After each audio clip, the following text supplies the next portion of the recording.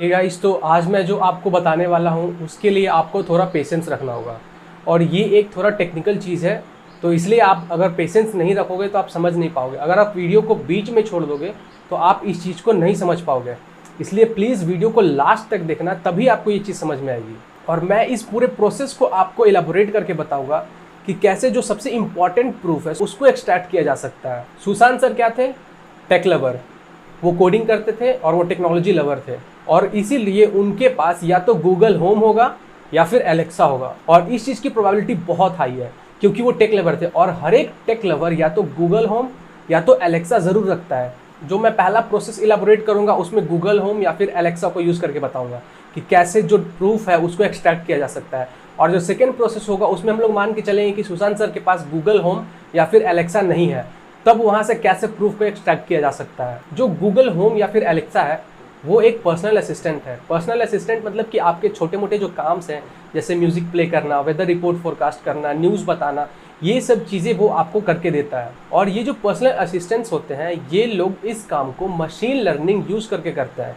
Machine learning artificial intelligence का एक सब पार्ट है। आई होप कि आप सब गूगल कैमरा के बारे में ज़रूर जानते होंगे। तो गूगल कैमरा में या फिर किसी भी कैमरा में जो पोर्ट्रेट मोड होता है उसमें मशीन लर्निंग का यूज़ किया जाता है। उसमें बहुत सारे सैंपल्स ले जाते हैं और उसको यूज़ करके फ़ोन ये समझता है कि जो फोटो है उसमें कितना ब्लर लगाना है और कहाँ कहाँ पे ब्लर लगाना है। तो ये तो एक बेसिक्स एक्सप्लेनेशन है मशीन लर्निंग के बारे में। जो पर्सनल असिस्टेंट्स होते हैं वो आपके सारे डेटा को कलेक्ट करते हैं। आप उनको यूज़ कर रहे हो या नहीं कर रहे हो इस चीज़ से उनको कोई मतलब नहीं है। आप जो भी बातें कर रहे हो उन सब का रिकॉर्ड उसके पास होता है और वो उन सारे चीज़ों को सर्वर्स पे भेजता है। फिर सर्वर से वो एनालाइज होता है, फिर वो उस चीज़ को कैटेगराइज करता है और कैटेगराइज करने के बाद वो समझता है कि आप कैसे काम करते हो, आपका जो डेली रूटीन है वो कैसे काम करता है। आपने देखा होगा कि जब भी आप ओके गूगल बोलते हो या एलेक्सा बोलते हो तो उस टाइम पे वो रिस्पॉन्ड करता है।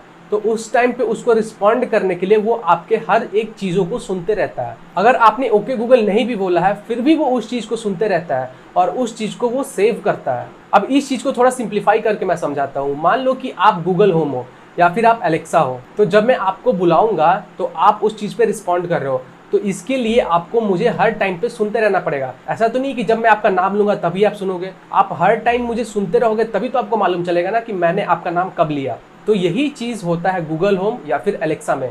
वो आपके हर एक बातों को सुनते रहता है। भले ही आप गूगल होम यूज़ नहीं कर रहे हो या फिर आप एलेक्सा को उस टाइम यूज़ नहीं कर रहे हो, लेकिन वो आपके सराउंडिंग में जो भी चीज़ें चल रही हैं उसका एक ऑडियो रिकॉर्ड रखता है।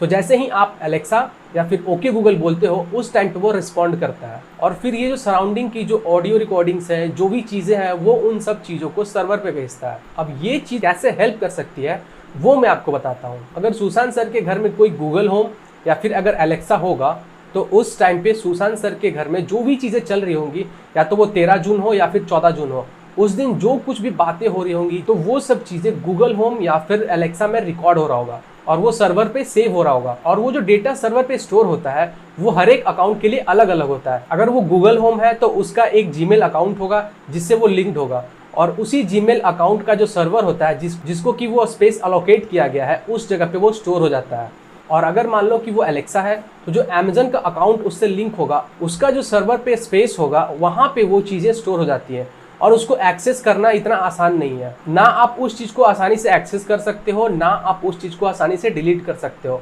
इसको डिलीट कैसे किया जाता है ये मैं आपको नहीं बताऊंगा, क्योंकि हो सकता है कि जो इंसान इस चीज़ में इन्वॉल्व हो वो इस वीडियो को देख रहा हो और वो ये सब डेटा क्लियर कर दे। इसलिए मैं आपको ये नहीं बताने वाला हूँ कि इसको एक्सेस कैसे किया जाता है और इसको डिलीट कैसे किया जाता है। ये सब जो चीज़ें हैं, ये जो डेटा है, ये सीबीआई खुद एक्सेस कर लेगी, या फिर जो रिपब्लिक टीवी है जो कि इस चीज़ को लीड कर रही है वो लोग खुद एक्सेस कर सकते हैं। तो मैं ये चीज़ उन लोगों पे छोड़ता हूँ। अब अगर मान लो कि सुशांत सर के पास गूगल होम नहीं होगा या फिर उनके पास कोई एलेक्सा नहीं होगा, तो हम लोग कैसे डेटा को एक्सट्रैक्ट कर सकते हैं। और मेरे हिसाब से उनके पास एंड्रॉयड फ़ोन भी होगा और आईओएस फ़ोन भी होगा। आईओएस मतलब आप एप्पल समझ लो, क्योंकि वो कोडिंग करते थे और कोडिंग में बहुत ज़्यादा इंटरेस्टेड थे। तो जो एप्पल की डिवाइसेस होते हैं उस पर आपको इतना ज़्यादा फ्लेक्सिबिलिटी नहीं मिलता है, इसलिए जो कोडर्स होते हैं, जो डेवलपर्स होते हैं, वो एक ना एक एंड्रॉयड फ़ोन ज़रूर रखते हैं, क्योंकि वहाँ पे जो ऐप्स होता है उनको टेस्टिंग करना बहुत आसान होता है और जो कोड होते हैं उनको भी टेस्ट करना आसान होता है। तो पहले मैं आपको एंड्रॉयड फ़ोन के बारे में बताऊंगा, उसके बाद मैं आपको एप्पल के बारे में बताऊंगा। एंड्रॉयड फ़ोन में जो ऑपरेटिंग सिस्टम होता है वो किसका है?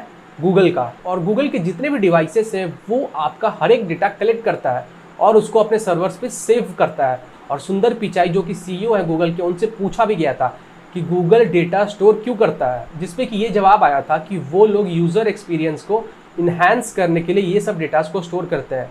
यूज़र एक्सपीरियंस इन्हांस मतलब कि आप कैसे काम करते हो, आपका मूड कैसा है, आप क्या क्या चीज़ें पसंद करते हो, तो इन सब चीज़ों को वो जानता है, उसको समझता है, फिर उसी के हिसाब से आपको रिस्पॉन्ड करता है। जो एंड्रॉयड के फ़ोन्स होते हैं उसमें गूगल के असिस्टेंट पहले से ही प्री इंस्टॉल्ड होते हैं और आपको बस वो इनेबल करना होता है। आप जब उसको इनेबल करते हो तो वहाँ पे आपको 3-4 बार ओके गूगल बोलना होता है, जिससे कि वो आपका वॉइस सैंपल लेता है और उसको वो एनालाइज करता है कि जब अगली बार आप ओके गूगल बोलो तो उस चीज़ को यूज़ करके वो आपको रिस्पॉन्ड करे। सुशांत सर क्या थे? टेक लवर, और उनको कोडिंग में, AI में बहुत ज़्यादा इंटरेस्ट था, तो उन्होंने अपना गूगल असिस्टेंट ज़रूर ऑन किया होगा। तो जिस प्रकार से गूगल होम काम करता है उसी तरीके से जो गूगल असिस्टेंट है जो आपके मोबाइल में इंस्टॉल्ड होता है वो भी उसी तरीके से काम करता है। वो आपके हर एक चीज़ों को सुनते रहता है, भले ही आप उसको यूज़ करो या ना करो, वो आपके हर एक चीज़ों को सुनते रहता है और जैसे ही आप ओके गूगल बोलते हो उस टाइम पे वो रिस्पॉन्ड करता है। तो 13 जून या 14 जून को जो कुछ भी हुआ होगा, उनका जो जीमेल अकाउंट है उस पर वो सारे डेटा स्टोर होंगे और वहाँ से CBI आराम से निकाल सकती है क्या चीज़ हुआ, कौन सी बातें हुई, जो भी चीज़ें होंगी वहाँ से CBI आराम से निकाल सकती है। नॉर्मल पीपल इसको एक्सेस नहीं कर सकते हैं, तो इसलिए CBI इसको एक्सेस कर सकता है। अब मैं आपको iOS के बारे में बताता हूँ। जो एप्पल के डिवाइसेस होते हैं उसमें सिरी पहले से इंस्टॉल्ड होता है और सिरी भी आपके सारे बातों को सुनते रहता है। जैसे ही आप हे सिरी बोलते हो उस टाइम पे वो रिस्पॉन्ड करता है और वो भी उन सारे डेटा को कलेक्ट करता है और अपने सर्वर्स पे सेव करता है। आईफोन का जो लॉक होता है उसको खोलने वाले बहुत कम लोग होंगे। हर एक आईफोन में iCloud लॉक होता है और जो iCloud होता है उसमें जो आपका फ़ोन का डेटा होता है वो वहाँ से सारा सिंक हो जाता है और iCloud के सर्वर्स पे सब कुछ सेव हो जाता है। तो अगर आप किसी का आईफोन चुरा भी लेते हो तो आप उसको यूज़ नहीं कर पाओगे क्योंकि उसमें iCloud लॉक होता है और iCloud लॉक का पासवर्ड कोई भी क्रैक नहीं कर सकता है, सिर्फ गिने चुने लोग क्रैक कर सकते हैं। तो इसके पीछे जो भी लोग इन्वॉल्व है, अगर वो चाहे भी तो उनके iCloud में नहीं घुस सकते हैं, उनके आईफोन का जो अकाउंट है उसमें वो नहीं घुस सकते हैं। इसके लिए उनको एप्पल से परमिशन लेना पड़ेगा, जो कि सिर्फ और सिर्फ रेयर केसेस में होता है।